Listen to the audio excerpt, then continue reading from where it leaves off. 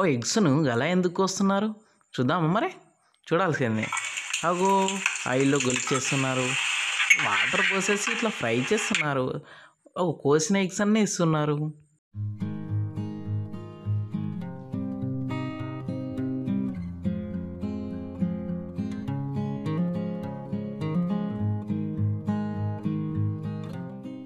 Hello మామ నమస్తే. ఈరోజు మనం చేసేది డాబా style egg masala curry. Egg masala అంటే డాబాలో చాలా ఫేమస్, అందరికీ తెలిసిందే కదా, చాలామందికి తినాలనిపిస్తుంది. కాబట్టి ఈరోజు మనం ఇంట్లోనే చేసుకుందాం.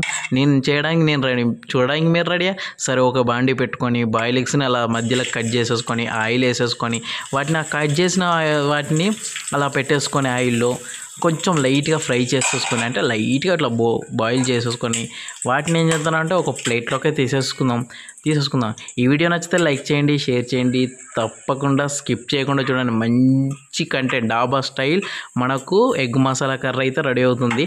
కాబట్టి మర్చిపోకండి, షేర్ అయితే ఖచ్చితంగా చేయండి, సబ్స్క్రైబ్ అయితే మర్చిపోకండి.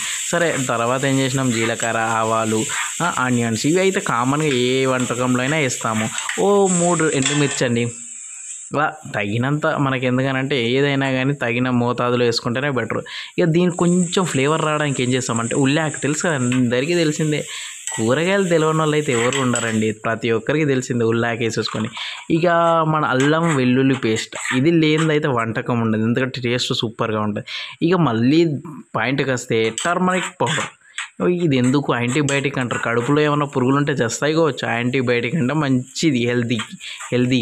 తర్వాత ఏం చేస్తున్నామంటే పుదీనా, టేస్ట్ కోసం వేసుకుంటామండి. పుదీనా కొంచెం వేసేసుకొని కొంచెం గోలాక, ఆనియన్స్ గోలాక, ఇంకేంటి టమాటో, ఎందుకు పులుపు. మన మసాలా టేస్ట్ రావాలి అని అంటే అన్ని ఇంగ్రీడియంట్స్ జతకడితేనే మంచి టేస్ట్ వస్తుందండి. సరే, టమాటో వేసేసాము, వాటిని కూడా మంచిగా గోలేసుకున్న తర్వాత మీరైతే ఈ వీడియో మాత్రం స్కిప్ చేయకండి. మంచి డాబా style egg masala curry, egg masala curry.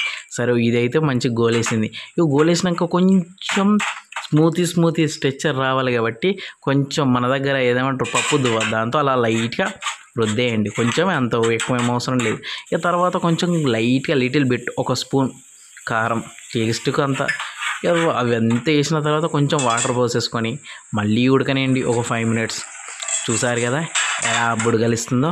తర్వాత మనం గరం మసాలా, ధనియాల పొడి వేసేసుకోండి. ఎందుకు అంటే అది కొంచెం ఒక స్ట్రెచ్చర్ వచ్చి గ్రేవీ టైప్లో అయ్యింది కాబట్టి. ఇక తర్వాత ఏం చేస్తానంటే మన ఎగ్స్ ఉన్నాయి కదా, మన ఎగ్ మసాలా కర్రీ విత్ డాబా స్టైల్ అంటే ఎగ్ వేసేసుకొని వాటిని కూడా, కానీ ఎగ్స్ను ఫటాఫట మనం నార్మల్ కర్రీ కలిపినట్టు కలపకండి, స్మూత్గా కలపాలి. కాబట్టి ఇక దాదాపుగా అయిపోయినట్టే కదా. ఉప్పు వేసుకొని కొంచెం కొత్తిమీర అలా తగిలించేసినామంటే సూపర్. లైట్గా అలా మర్రేసుకుంటూ ఉడికించామంటే మనకు డాబా స్టైల్ ఎగ్ కర్రీ అయితే ఖచ్చితం, మసాలా ఎగ్ కర్రీ రెడీ అయింది. వీడియో నచ్చితే ఓ లైకు, ఓ షేరు, ఓ సబ్స్క్రైబ్. ఇలాంటి మరిన్ని వీడియోస్ కోసం పక్కన ఒక బెల్ ఉంటుంది, కట్టేసేయండి.